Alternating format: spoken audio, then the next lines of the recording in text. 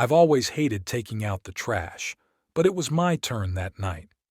I grabbed the bag, tied it up, and headed for the door. I stepped out into the night.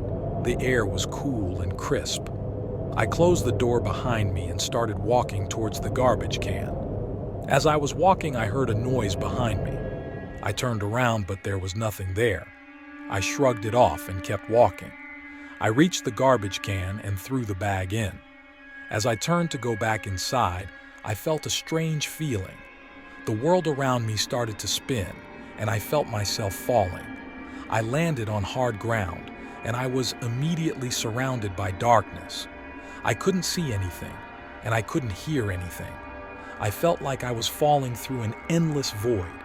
I started to panic, and I called out for help, but there was no answer.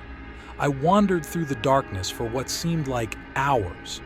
I was starting to lose hope when I saw a light in the distance.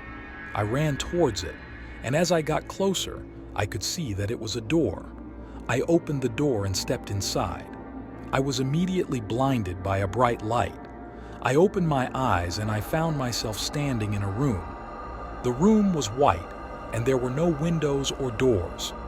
I looked around, and I saw a figure standing in the corner of the room.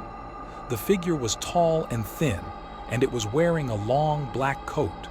The figure turned around, and I gasped. The figure's face was pale and gaunt, and its eyes were black. The figure started to walk towards me, and I backed away. I tripped and fell to the ground. The figure reached out and touched me. I felt a cold, searing pain. I screamed, and I woke up in my bed.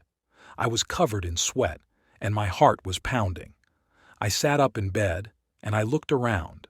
I was in my room, and the sun was shining through the window. I thought about what had happened, and I wondered if it had been a dream, but the pain on my shoulder was real. I never went to take out the trash again.